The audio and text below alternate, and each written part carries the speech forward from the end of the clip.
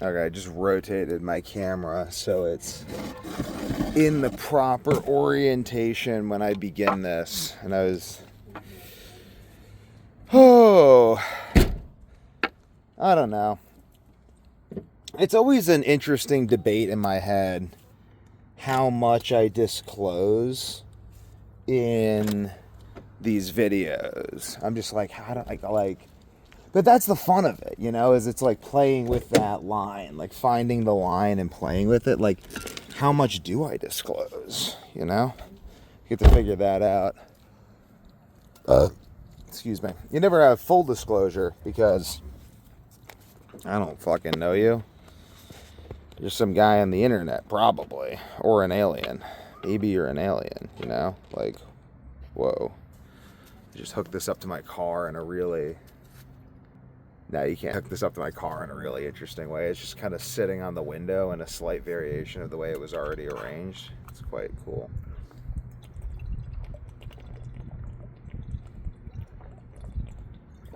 Oh. The reason I'm smiling from this is because I get a strong, what you would call, winner effect from making videos. It is simply a thing I've trained myself. Like, if you never make videos and then you go to make a video, you will become anxious. You'll be like, oh my God, I'm gonna make this video and then upload it, and then people are gonna judge me and have thoughts about things. And maybe you think that, maybe you don't, I don't know. Nerves and excitement are really just the same thing. Ultimately, I'm making this video today because of my commitment to making videos every day and sort of explaining myself. Excuse me, explaining myself, yes. It's something that's seen as demeaning. Like, people will be like, don't make me explain myself. Don't make me explain myself. And it's like, well, first of all, who should explain you then? Like, are you going to be understood by people? And if you're not going to be understood by people, then what kind of life are you going to have?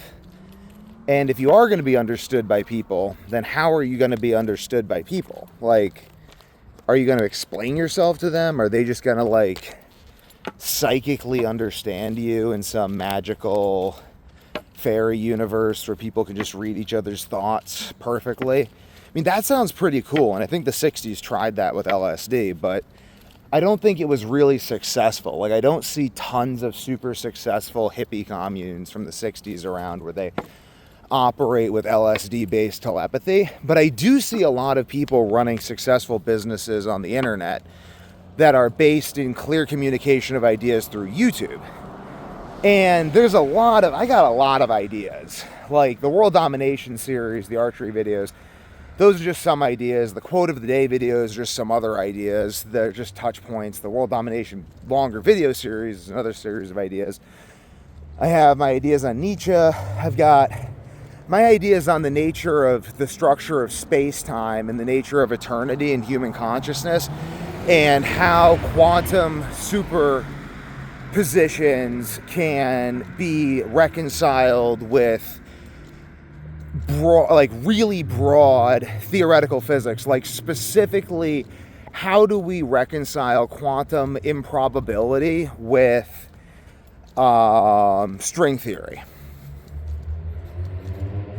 and Einstein's general relativity and human consciousness, psychedelic religious experience, the nature of music? You know what I'm saying? Like, how I kind of tie music into this, because like at some point you're just like, you want to make it beautiful, because like, what am I going to do? Talk about all those things mathematically and not talk about music? That would be absurd. But you see, like I actually have some pretty interesting ideas on that, and they're largely like I read a lot of theoretical physics when I was younger, so I have like ideas that are largely like start with Brian Greene's Elegant Universe and go through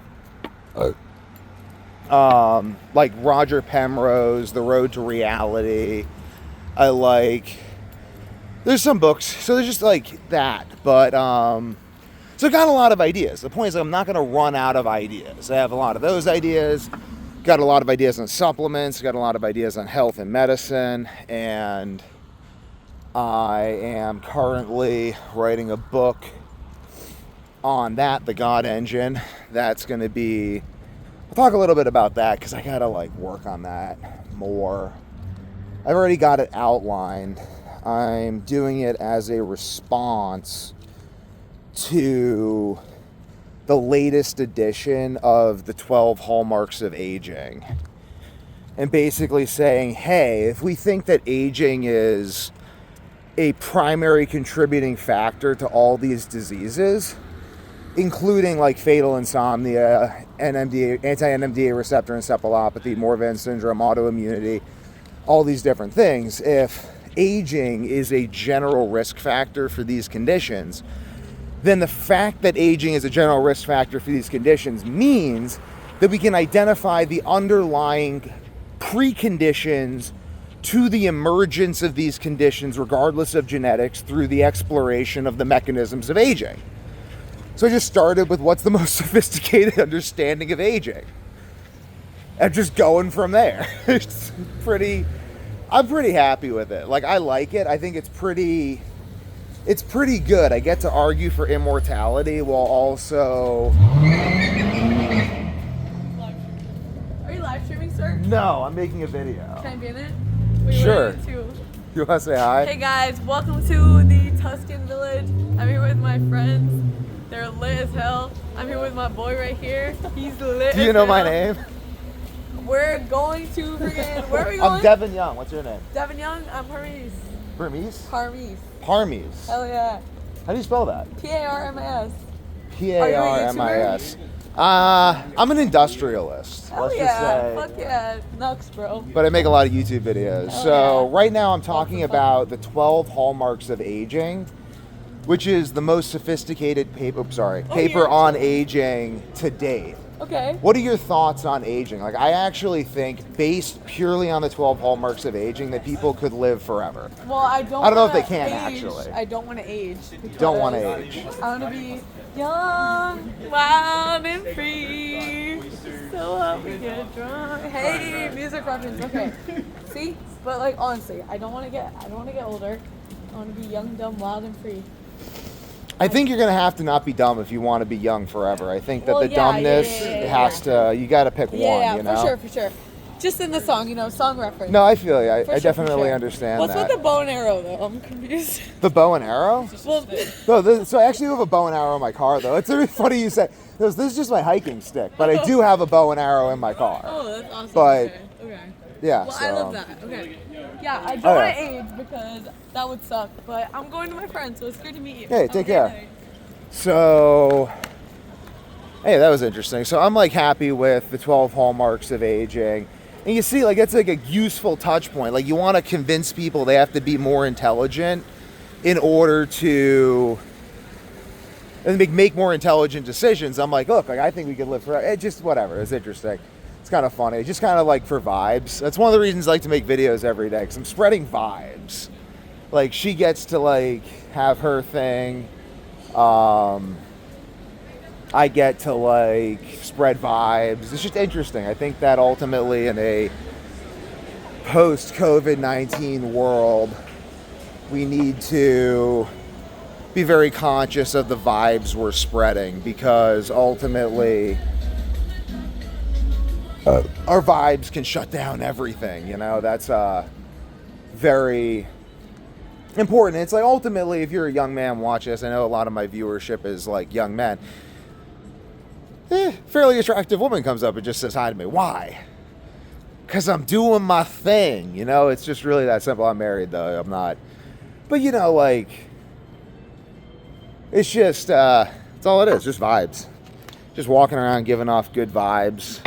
And then people are I want to be a part of the good vibes. And it's what do I mean by good vibes? I literally mean that the way my body is moving and my speech cadence and everything reflects an internal state of being that other people want to have. Other people look at me and they're I want to feel what he's feeling. Because I feel really good. I only eat beef, salt, and water.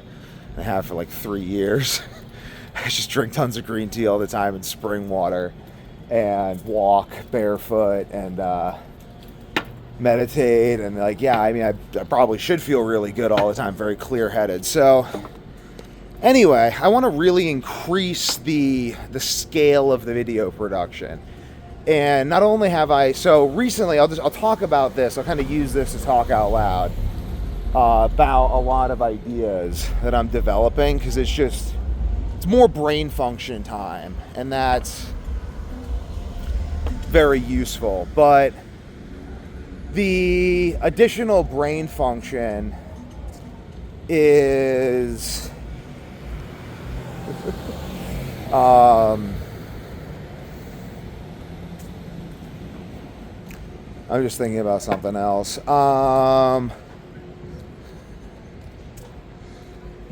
It's like specifically, like my wife is like a little Latina. Like she can get very,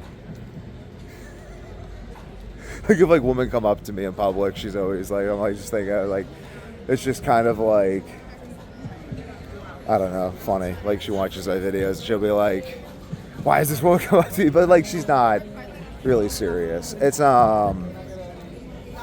It's interesting. So anyway, though, now I'm kind of getting immersed in the vibe of the place around me. It's like a walking meditation. Ultimately, I've got this book I'm writing. I've got ideas I want to communicate. And this internet thing exists. I mean, this is really cool. Now I can communicate my ideas via the internet. And because I'm communicating my ideas via the internet, people can consume them en masse, and they simply do. It's also vibes. Like the same way that woman wanted to be in my video and wanted to interact with me is the same reason people want to watch my videos. And it's the same reason, like, sometimes I make videos when I'm in a bad mood, because I'm just like, I just gotta fucking make a video. Like I can't like let being in a bad mood control my life. But I try to make videos when I'm in a good mood, or I try to be in a good mood when I'm making videos. It's one reason I'm making this video on a walk, because walking puts me in a good mood, because I'm moving my body. I'm barefoot right now, so I have to like really be mindful of how I'm stepping. Forces me to relax. Really, like barefoot walking gets me into my body, gets my brain going. So I'm sharing a vibe, and ultimately you can partake of that vibe. And if you watch the video and you're like, I like that vibe, maybe I want to do that, then you could go walk barefoot yourself with a hiking stick, and then you'd feel similar to this. You'd be like, that's how that guy feels. It's like, yes, this is how I feel. And I'm also training myself. A lot of it is like a training. I was doing some archery today, and as I was shooting, I was like moving the bow after I released, like kind of like you draw back, and then took some supplements, like right before I started the video. That's probably why I'm burping. It's about 13 minutes ago, so that'd be about when they're fully dissolving and my stomach acid's increasing. So basically though, so I'm shooting the bow, and I was originally like, why am I even shooting it if I'm not filming it? Which is kind of cool, because like a lot of people would be nervous to film themselves shooting because they'd be embarrassed. But I don't give a shit. Like I'm even like so far in the other direction. I'm so far past the point of being worried about social embarrassment, because I've already experienced so many different forms of like what people would consider social embarrassment. And then I realized that like people don't even know whether or not you're being embarrassed. They just kind of like look at you, and then I've just developed this ability to like sit in the feeling they're projecting onto me, like a djinn in the middle of a fire, and I'm just like, and they're just like, dude, like I would be like so embarrassed. Like, how are you even like, and I'm just like, I'm actually like turns my winner effect on. Talking about winner effect earlier. Winner effect in fighting is a very big thing. This is like why I make videos like this. I want to get these thoughts going, because I have so many of these ideas, but I have so many things to do, and I have so many books to write. And I have so many, so I need to focus, like meditating is really great for helping me focus. Green tea, walking, it's great. It's all great. Like my brain is like a high poundage bow. It takes a lot to aim and draw it, but like, holy cow. I feel like it's finally strung too, because like, I don't know, I can get into that, but the real point is honestly, of like this video specifically, is simply to remain talking the entire time and to let whatever comes out come out, because as I do this, my thoughts will start to gravitationally draw themselves together into different patterns. Like there'll be the why I make videos in this way pattern. There'll be like the why am I walking pattern. There'll be like the what is the strategic significance of all of the things that I intend to gain by walking in this particular manner while I make this video pattern. There'll be like there's so many different things ultimately that I don't even need to actually force myself to stay on a single topic as long as I keep my life having a single trajectory. Like the archery paradox is something you should look up. It's how an arrow straightens itself in mid-flight. Like an arrow does not fly straight. It snakes through the air in a really weird way. And there's a lot of physics behind it. There's a lot of interest. So essentially, because the bow string pushes the arrow, and because the bow is not perfectly straight, but also just because the bow string pushes the arrow, because you still get archery, even if you do everything to the bow to make it a perfect center shot, you still get archery paradox, which is where the arrow snakes through the air, and the arrow literally like parabolas through the air. And because of that, when shooting, if you're perfectly straight after releasing, then your bow will actually stand next to the arrow while the arrow parabolas against the bow, knocking the arrow off course. So moving the bow slightly during the release, like you want to be able to hold it perfectly still during the release. But then you want to, once able and trained to do that, move the bow slightly after release, letting the release itself guide the movement of the bow. And that actually coaxes the arrow into a straighter path than if you were to keep the bow perfectly stationary. It's really weird. Like, it's just shooting a bow is like playing with reality. It's very interesting sensation. Because it's like I can see the arrow snaking off with every shot, and I can see all of these things, and I'm like playing with this. So anyway, it's like if you're really good at shooting a bow, the arrow will go where you need it to go, even though it's not following a straight path. And that is why I don't need to make my videos on a single topic, because the arrow trajectory of my being is following this overall vector, so the paradox resolves itself into a bullseye. And it's fascinating, like this actually works. So I use a variety of these means to explain my ideas, like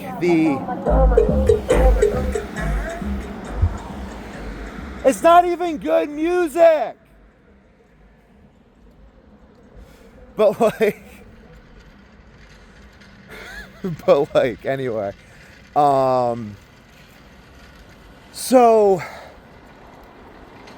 like my Beyond Good and Evil series with Nietzsche, like I want to explain how what I'm doing is the new form of philosophy anticipated by Nietzsche. So I explain that through explaining Nietzsche's aphorisms. There's a lot of these just sub things going on. It's ultimately it's just interesting. It's interesting to see how it goes. Like, making videos available on the internet creates this effect. And then there's other things that I can do to sort of speed up the effect. But it's really like a decision to communicate. I just had this idea. Like, the most interesting... I've had this idea a few times, but it kind of is more clear right now than normal, so I'll share it. But the fundamental decision I've made in business is not a business decision. It is a philosophical, nay, I say, a religio-familial conviction about the nature of life.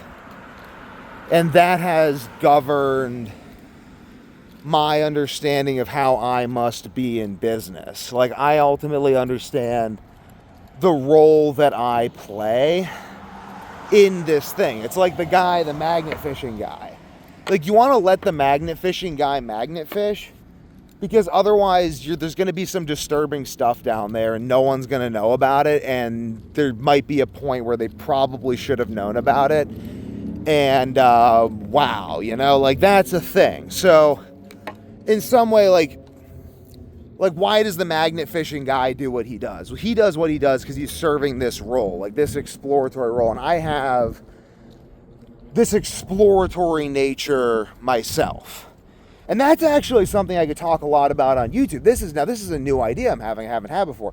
But to simply talk about the exploratory nature on YouTube, oh my God, I might have to keep making this video. This might be one of those epic videos that turns into like a big thing. I'm going back to my car to get water. And it's going to drop off my phone, but maybe now I'm just going to keep making the video.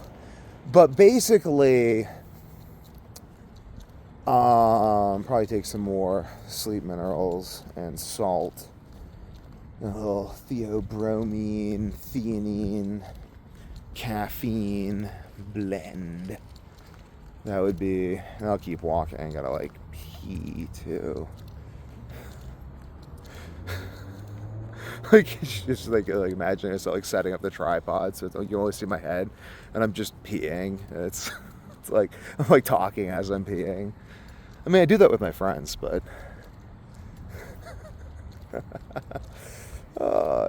life is interesting. But that's something I could do on YouTube, is talk about the nature of the exploratory personality, which I think I have to do other things while I do that. Like, I think, because again, I have the exploratory personality, so I'm not going to be like, oh, I'm going to go logically and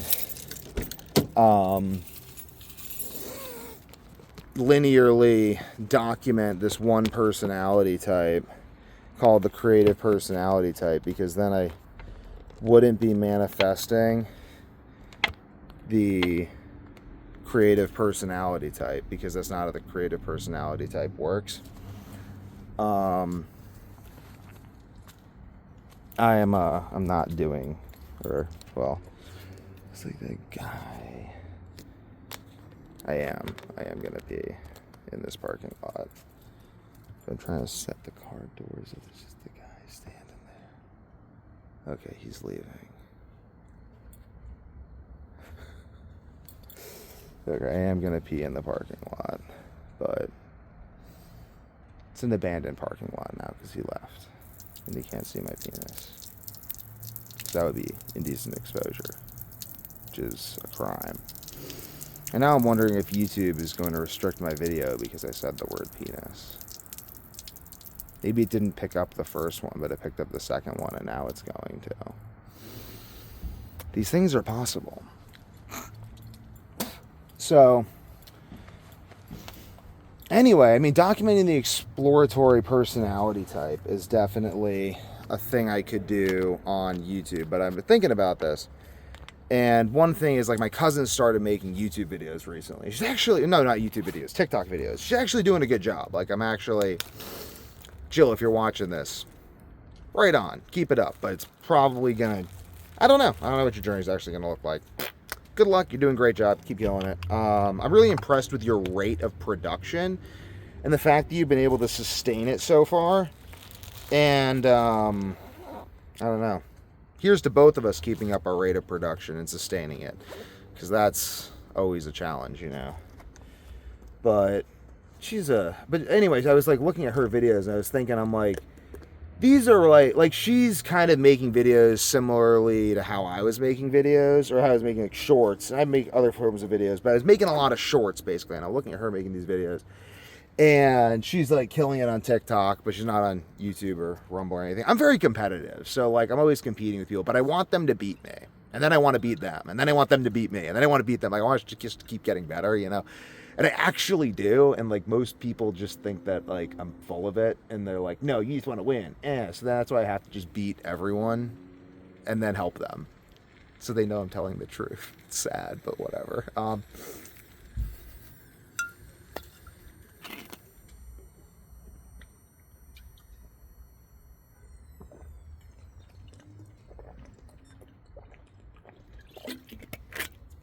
But basically, I've been making short form content on TikTok, and I think that my short form content inspired her to start making short form content on TikTok. And then I think that the result of that is that she is now killing it with short form content on TikTok. So I'm watching this and I'm like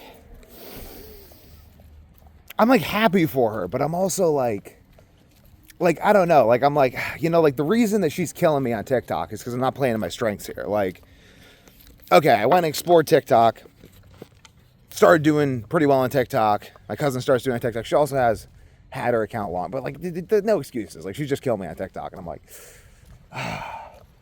well, it inspires me. It really inspires me to push myself. Because now I'm like, okay, well, I'm killing it on YouTube and Rumble. So now I'm like, I'm going to kill it even harder on YouTube and Rumble. Like, I'm like this. Like, my brother made some excellent business moves, and now I'm like, but I'm not like upset. I'm like, now I have to like make you a fucking multimillionaire so that I fucking made you richer than you're making me, because fuck you. like it's like good, you know, it's like Belgian draft horses. It's like, there's like, I think it's like one Belgian draft horse can pull like 10,000 pounds, and another Belgian draft horse can pull 10,000 pounds. So you put two of them together, they can pull 36,000 pounds. And it's like, how is that possible? It's like, because they keep trying to outcompete each other to see who can pull more. And I think that's kind of how I am. And like, that's how I think people should be, you know? I think that's sort of the nature of the exploratory personality, which is shared by my brother, my cousin, and myself. Funny enough. Interesting. So this exploratory personality, I'm going to stick around this area because I'm going to want more water soon. But this exploratory personality is really misunderstood. The exploratory personality creates civilization. The exploratory personality is the shepherd, is the archer, is the seaman, the yeoman. Like, it is the person going out into the wilderness to brave that wilderness. And the exploratory personality creates civilization. If you don't have a sufficiently exploratory people, they don't create civilization. They just stay the same, because exploration of other places and modes of being is ultimately the same thing and amounts to the same thing.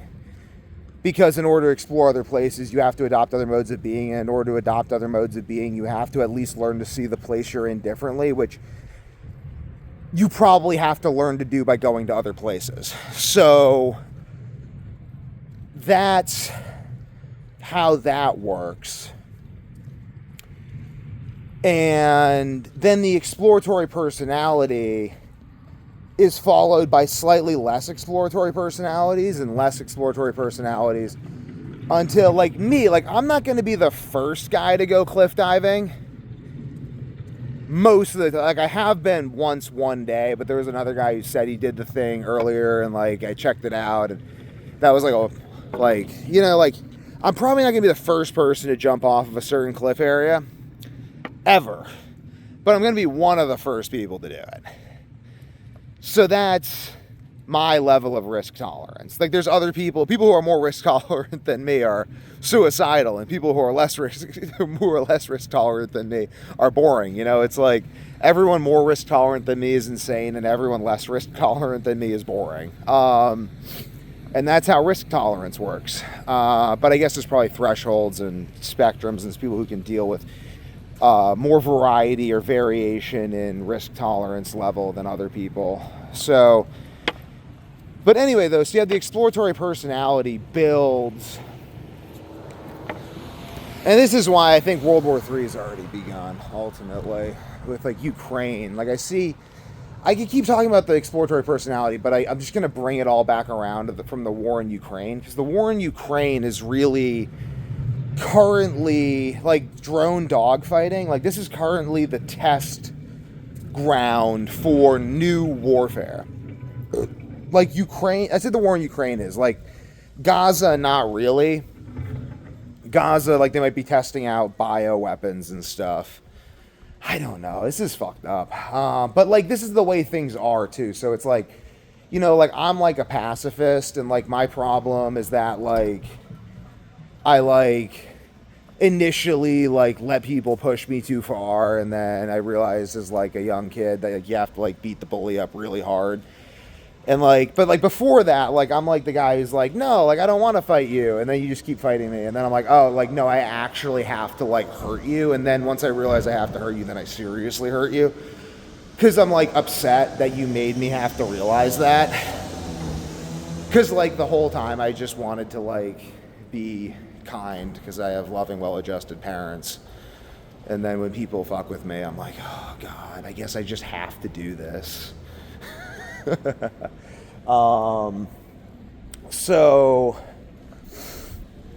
yeah, I mean like that's kind of how like the world is. So it's ultimately just it's kill or be killed, you know, whoever wants peace should prepare for war. So one of the things I think is that people should be preparing for, like if I were not in the position I am right now, where I'm on the cutting edge of health medicine, then I would be getting into, and I still might get into, drone warfare, AI-based warfare, these new forms of warfare, but also at the same time simply exploring the logical results of the technology. Like I saw a guy today using satellite imagery to monitor the economics of North Korea, and it's like, that's cool.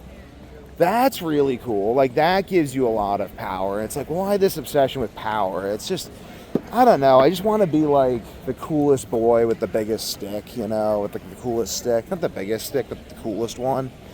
And that's kind of like just what it is. I don't know. It seems to be like a lot of this game. I think that the greatest wealth transfer in human history is going to occur in the next 100 years. Because of all the technologies that are emerging. And I think we're already in the informational and testing stages, I think, for the next global power struggle. I think that is here. Like, that is happening. That is something I am participating in through making these videos. That's something I'm aware that I am participating in through making these videos. That is something I am trying to participate in through making these videos, and that is something I'm encouraging you to participate in, because at the end of the day, this is the thing I think that transcends sides. Like people are like the Jews, these people, you know. At the end of the day, I think it's like the long attention spans versus the short attention spans. That's why I make long videos. If you have a long attention span, then you can build some impressive shit. And then you kind of just respect other people who build impressive shit. And then you're patient and you want to understand things. If you have a very short attention span, then what I just said angered you and you didn't hear it. It's something I can appeal to that allows me to transcend barriers and get speaking time. Because people will... Like, the short attention spans rely on the long attention spans, and typically in situations of wisdom, the long attention spans have the power. So then you just say, look everyone, it's okay, I'm on the side of people with long attention spans. And now you kind of make it slightly harder for them to immediately kill you. They gotta listen to what you have to say. Please listen to what I have to say and don't Charlie Kirk me. Trust me, it's for the best. No, seriously though, because like, I've already said this in other videos, but for someone like me to emerge out of the collective unconscious, you don't want the guy who comes next. Like, the guy who comes next, I'm not talking about like multiple personality disorder or anything for some reason, I don't know, but I'm talking about like, I have become who I have become as a result of very severe health problems. And it's like, I still retain my childlike nature, obviously. I like to walk around barefoot with a stick and I'm smiling while I make videos. Like, this is what I did as a child. I would smile making videos walking around barefoot in New Hampshire. That's what I did.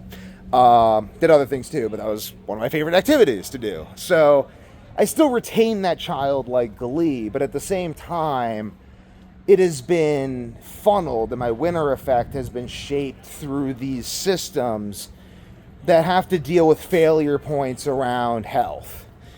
And really, to put it really simply, like in the simplest possible terms that you can't really fail to misunderstand, I think that I exist. So I think that it's very unlikely that there would be someone else out there. Like, I'd say actually impossible. Because I've been looking. I mean, if you find anyone, let me know, you know. But I don't think it's really possible for there to be someone else out there who overcame fatal insomnia through dietary methods.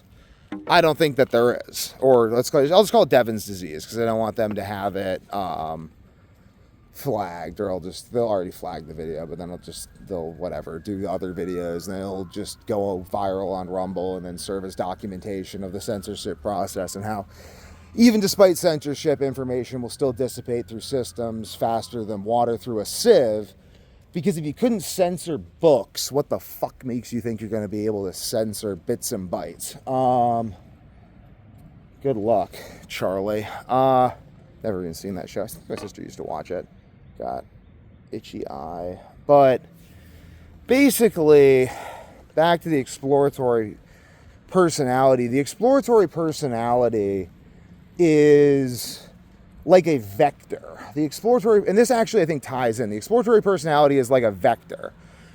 So someone as exploratory as me, you need someone as exploratory as me in order to, who's also like disciplined enough and has resources and access to education. Like, you need like, and healthy enough and capable of maintaining health. Like, I talk about this in other videos, and I'll probably make other videos about this, but I think that it would be very unlikely that you would ever see someone else. Because I even started studying neuroscience before I ever developed before I developed debilitating insomnia.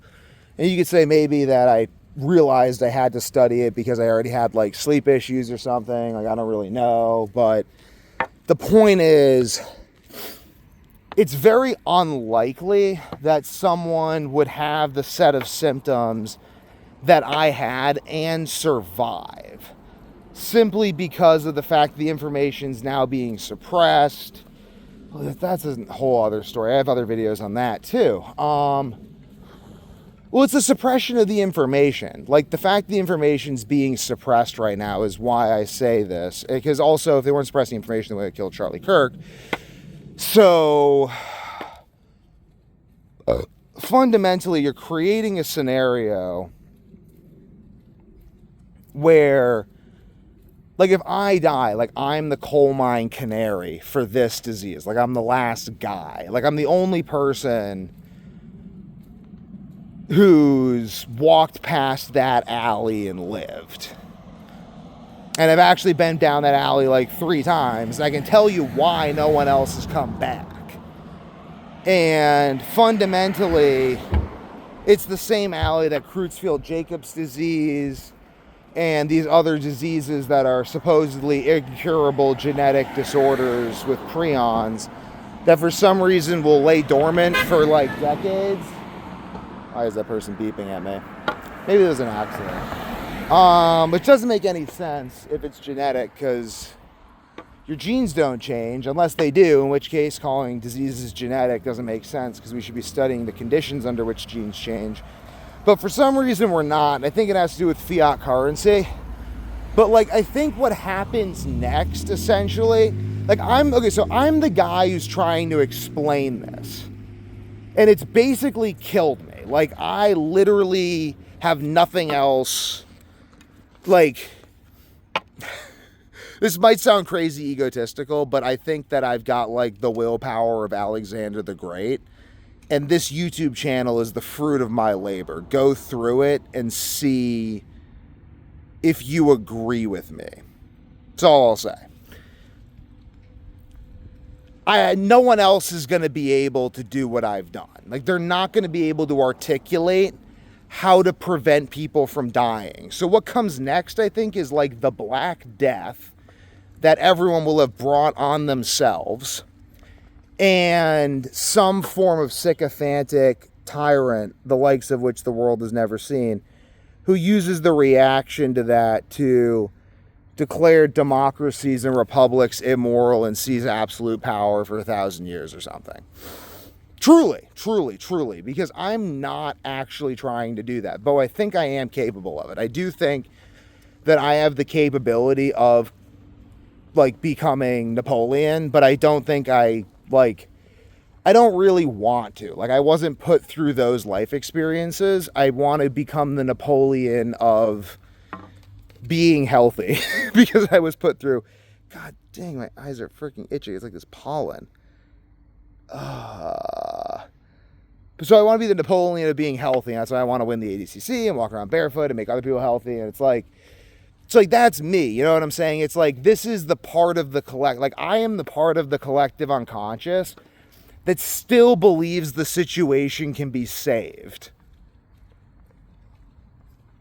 The guy who comes after is just going to be out for retribution against the homosexuals for creating the Black Death Part 2. And the homosexuals are going to be anyone taller than him. You know, it's going to be really bad. So that's ultimately what we're trying to... Just a guy smoking a cigarette watching me. That was like the most like iconic point for you to catch me in making the video. I was trying to fill the gaps there. Essentially, I think that I could be Napoleon Part 2, but I really just want to make people healthy. So I'm kind of like putting out there that the global elites shouldn't kill me like Charlie Kirk. Because if they do that, the guy who fills the void will be like awful. Because my goal is to make people healthy. Yeah, that was kind of my thoughts. Are you filming it? Yeah, no, I'm still filming it. I just thought that it would make it interesting. I'm gonna keep on filming it, but basically that is... Yeah, so anyway, back to the exploratory personality, though. The exploratory personality is something very misunderstood in today's society. Like Steppenwolf, I think, is... by Hermann Hesse, the novel, is a really great example of the... This is not working the way I wanted it to work. Or the way it was working earlier. There we go. So... The exploratory personality is inherently the outward seeking part of a civilization, and the part of a civilization that seeks to understand where it is going wrong and if it is going wrong.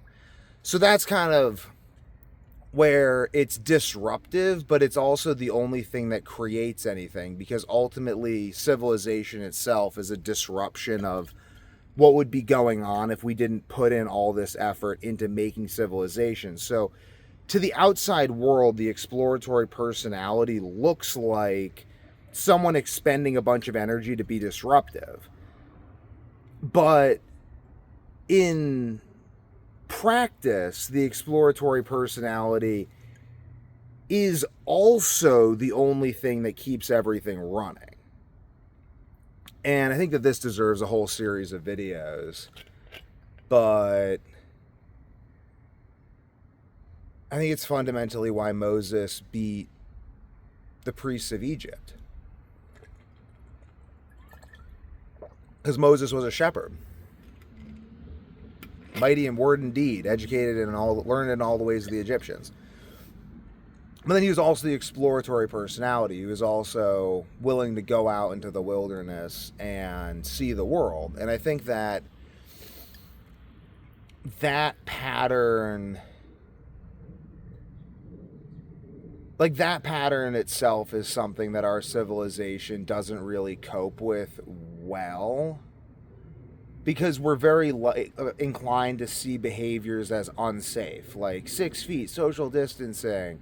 Oh my God, you're having a barbecue, you're gonna kill grandma. Like, there's this better not mentality that pervades as well. And it's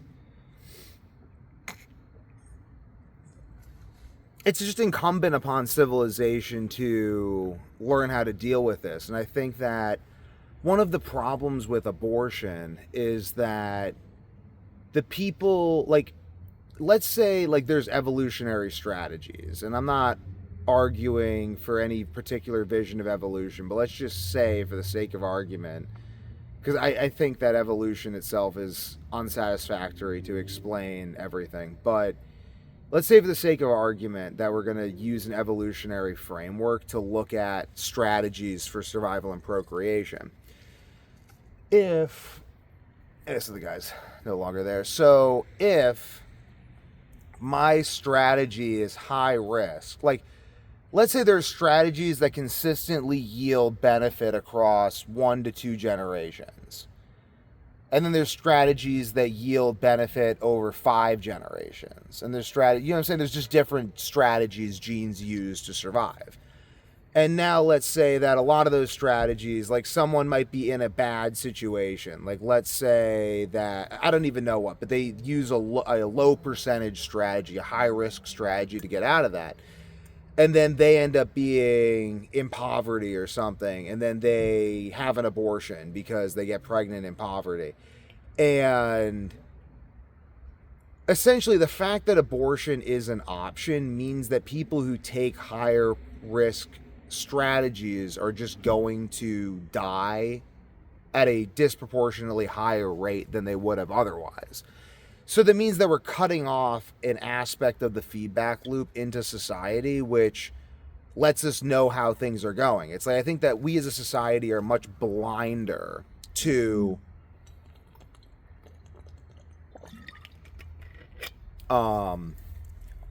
we're much blinder to the true effects of the things we practice across the board, because those whose strategy is most affected by them are now dying in the greatest genocide ever committed by man.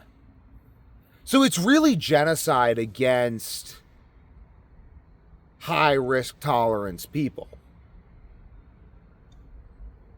It's what it is. It's civilization deciding to genocide its high risk tolerance element, which in the end is going to create blindness that can only be corrected by those who are very risk tolerant, who will exist in the third world, in Afghanistan, in these other places, because that's where they didn't abort those who were highly risk tolerant. And they're just going to come in and invade, and we're going to have 1,000 years of darkness. And I'm the only one who's going to tell you that, because I'm the only one who's sat through the thought process necessary to produce that thought and every other thought that's going to save us. Go through my videos. Tell me I'm wrong. I mean, tell me where this is wrong. Please, in the comments. Someone outline for me where I am incorrect or overstepping so I can make a response video. But